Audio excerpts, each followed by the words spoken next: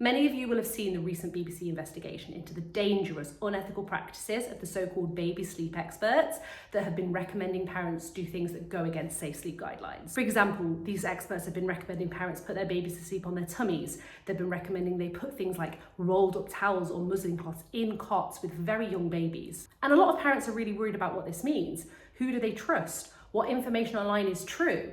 Is there any sleep coach out there that is actually qualified to help them and isn't going to give them dangerous advice? And the reality is, the baby sleep industry is completely unregulated. Anybody can go out tomorrow, set themselves up as a baby sleep expert, get themselves an Instagram account, charge vulnerable parents hundreds and hundreds of pounds to fix their baby sleep. And I say this as someone who's within the sleep industry. I myself am a baby and toddler sleep coach. I was part of the investigation. I was interviewed by the journalist and I gave her evidence of dangerous practices that I had seen in the sleep industry. I also co-host a podcast with a fellow sleep coach to delve into the unethical practices within the sleep industry. But I know a lot of parents want some advice on how they can figure out who to trust online. How can they find out whether the sleep coach they are considering is safe, ethical, and evidence-based? So I'm going to give you my top 4 tips. 1.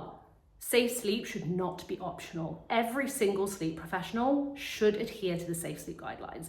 That means putting babies on their backs, clear cots, no positioning devices. Everything should completely adhere to that. No professional should go against these guidelines. Number 2, look at the qualification the sleep coach has. Now, obviously the industry is unregulated.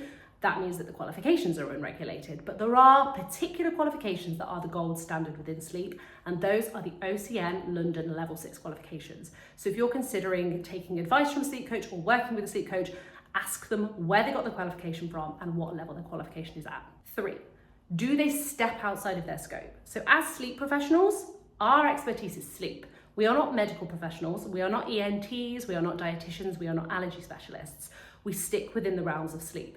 We might signpost elsewhere if we feel that's relevant, but we should not be creating content, advising parents, or diagnosing any medical conditions. And number 4, this is probably more of a personal one for me and less of an important one overall, but I think a really good sign that a coach you're going to work with is a decent human being is if they educate and don't scaremonger. All their content should be based around helping parents, not telling them they're damaging their baby, not telling them they'll have lifelong sleep issues unless they pay them money. This is something that is so important because there are a lot of charlatans out there just after the money. So a good sleep coach will provide helpful, free information, and they will not scaremonger or guilt trip you into paying them. So to wrap it up, there are good eggs out there. I hope I'm one of them, but there are also some not so good eggs. So keep your wits about you. Think about these 4 things if you're considering taking advice or working with a sleep coach. And if you're interested in delving a little deeper into the unethical and murky practices within the sleep industry, I strongly recommend you look out for our podcast, which is called Spilling the Tea on Z's.